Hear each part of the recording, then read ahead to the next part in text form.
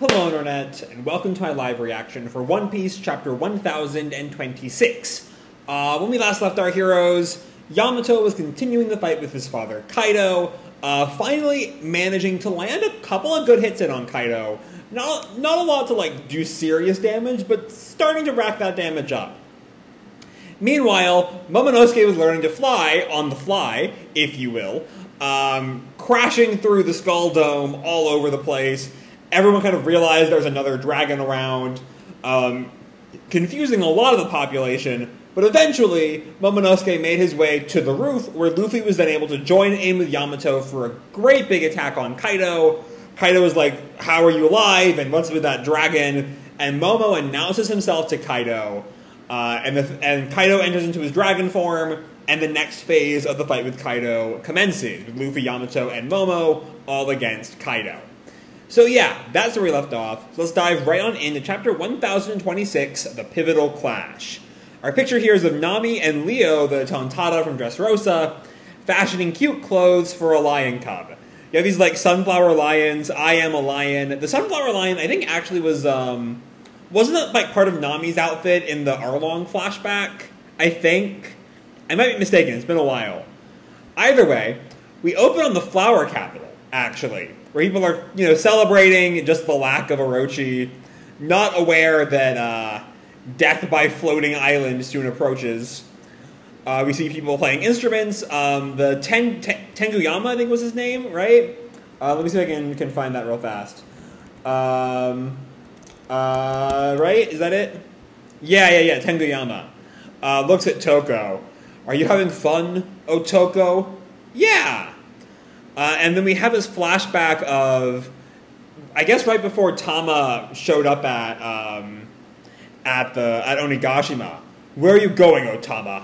And Tama tells him, "Forgive me, master. I can't just stay home and do nothing." And Speed calls back, "We will keep her safe, sir." And Tengu sort of rages, "Come back, right this instant." And we see Tengu kind of thinking, "Is the girl all right? No way to know. She's across the sea now." But we see in the distance, Onigashima is getting closer and closer. We can see its shadow from the flower capital. It's almost there, unbeknownst to Tengu. Anyway, one of the Baohuangs, one of the Marys. Baohuang is the controller of the Marys. One of the Marys reporting in about the mysterious dragon. "Up on the roof at this moment, young Master Yamato, bruised and bloodied, and in the air, a sight that makes me question my own eyes. 2 dragons, face to face. Master Kaido's Azure Dragon, and a pirate riding a pink dragon. Straw Hat Luffy." And so yeah, now we're back with the fight. Luffy still atop Momonosuke. Yamato flashes back to what Momo told him a while back. "If only I could be a great big monster like that, I could actually help everyone." And the Mary reports the dragon's identity is unknown, and Queen reacts. So Yamato was keeping Kaido busy up there, but it is clearly an enemy. And Kaido opens up his mouth to attack, and Momo reacts, "He's going to breathe fire!" And Luffy is just, "Okay? You spit something back at him." "Like what? I can't!" And Kaido just attacks, "Blast Breath!" But Momo ends up kind of looping around the beam, managing to escape. No, stop! I am not here to fight! Momo, no! Momo, you have to stand up. He's gonna kill you anyway. "Hey, Momo," Luffy looks at Momo. And Luffy just goes into Gear 4, jumps off him. "What? Wait, Luffy, no! I cannot do this!" But Luffy just pays no mind to him. "Gum, elephant!" And Kaido stares him down. "Gun!" And he smacks Kaido down to the ground. And we actually see there's a bit of a line from Momo, like a quick little flashback to the page before. "Hey, Momo, bite Kaido and hold on." Okay, so that's why he was kind of panicking there, because Luffy had given him this idea. I don't know why we feel the need to make that a flashback, as that was 1 page ago, but whatever, do what you want, Oda. Momo's just not really on board with this. I can't! I cannot do it! And he flashes back to that night 20 years ago, in the burning castle. "We are surrounded! It's Kaido! Run, Lady Toki!" And we see Toki dead, Momo being held up by Kaido. "Mother!" And Momo opens his eyes and runs towards Kaido and bites him on the... I guess it's not quite the neck at that point. He's like a snake thing. So there's parts of the body are kind of vague. But it seems to actually pain Kaido. Kaido screams. Which is more pain than we've ever seen from Kaido. I'm wondering if, like... Is Kaido more vulnerable in this form? Because he's, like, yelping, almost. It's a lot. But we come back to that flashback. Your father is a fool of a lord. While Momo still cries. And Momo's back in the present is still holding on to Kaido's body. Kaido's going to come back to himself. What are you doing, boy? Turning back to, like, glare at him. But Momo thinks, you ruined my country. If it wasn't for you, my father and mother would still be... And we see Yamato running towards Kaido. Get away from him, Momonosuke! Yamato! But that does give Luffy the opening he needs for another punch on Kaido. Way to go, Momo! And Kaido kind of hits the ground. Momo's sort of shocked that he was actually helpful there. And Kaido hits the ground, being like, see the sound effect from a distance. And then someone comes to the treasure repository. Dragons bring... This is I think this might be the Jack fight, right? Dragons bring storm clouds with them. That will be the last we see of the moon tonight. If you'd landed one more good hit on me, I might not have been able to stand anymore. So, we seem to have missed a lot of the Jack fight, but I still hope we actually get to see some of it this time. But we do cut back to Nekomamushi versus Perospero. Don't blame the moon for your troubles. You didn't have bad luck, Perorin. I've just got overwhelmingly good luck, boss cat. And Carrot calls out, Nekomamushi! And Wanda, his Sulong wore off. But Nekomamushi and Inuarashi just stare up at their respective opponents, ready to, not ready to back down yet. Someone then calls out, we cut back to the battle inside, on the performance floor, I mean. Momo! And a samurai reacts, huh? Lord Momonosuke? So they're actually, I don't think the Luffy, Yamato, Kaido, Momo are on the roof anymore. I think they're actually on the ground. Luffy's punch took them off the roof, I think. Because they're now level with some of the stuff on the performance floor, I think. But Luffy's trying to hype up Momo. That's an Emperor of the Sea you just took a bite out of. And Momo looks at him kind of shocked. Is there a single thing left in the world for you to be scared of? And Momo realizes that, no! Then go! You can fly! Yeah! Go and stop Onigashima! So somehow, this is being broadcast actually throughout... I see what was going on.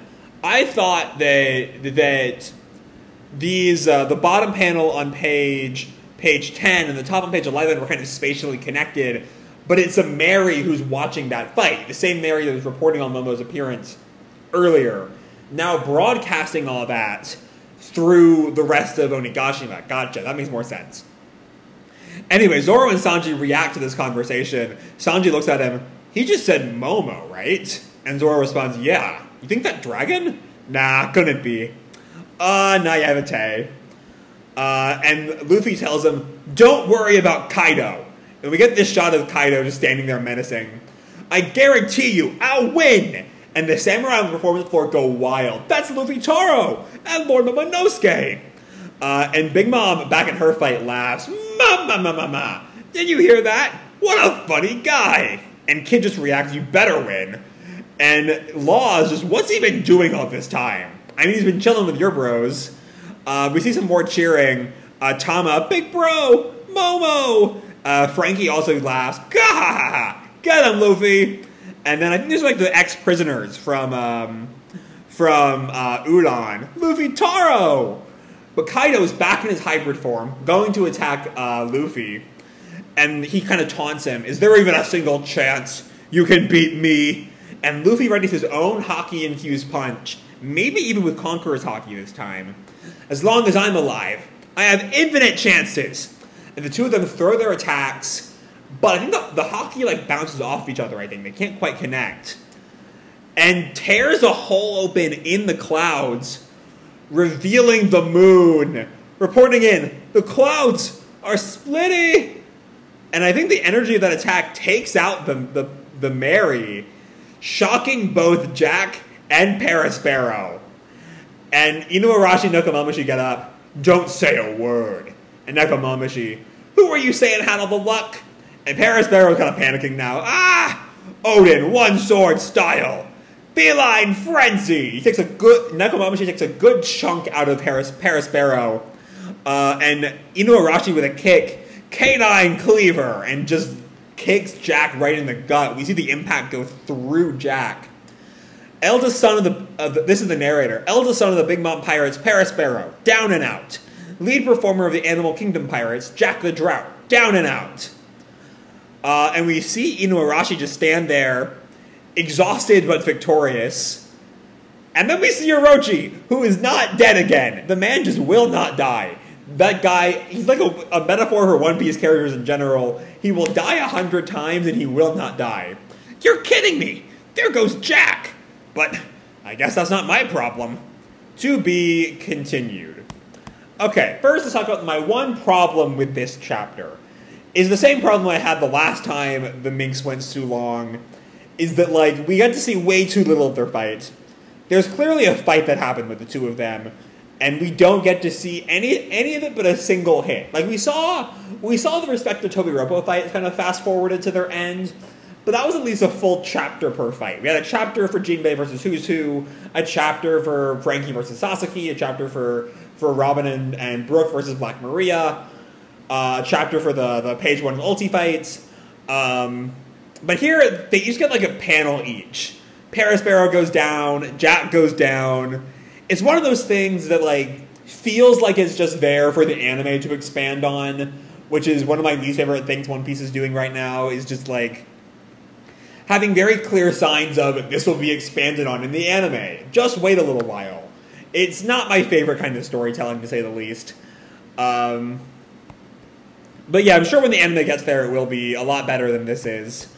Either way, beyond that one little minor quibble, this chapter is a blast. I mean, there's the slight problem of the weird flashbacking with Momo's Luffy's bite plan, but beyond that, it's fun all the way through. We check in on the Flower Capital as they're not quite aware how near their doom looms, and then it's just like the fight with Kaido.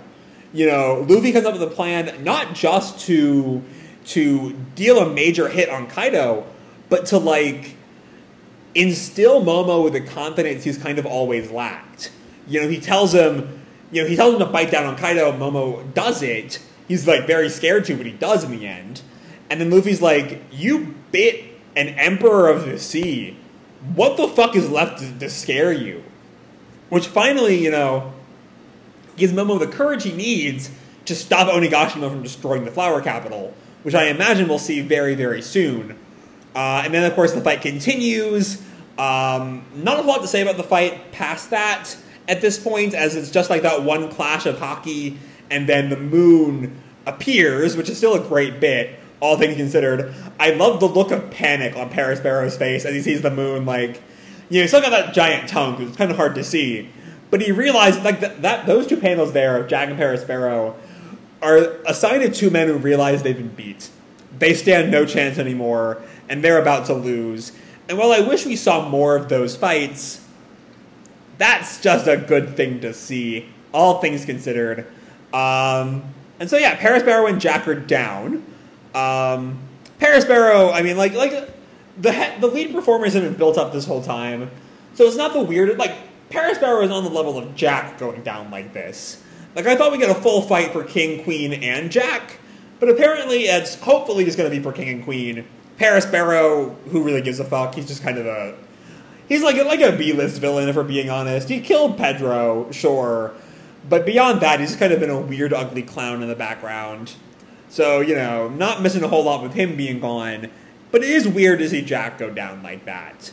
But still, you know, the two of them finally got their revenge. Nekomamushi for Pedro and Inuarashi for all of Zou, as their mortal enemies went down.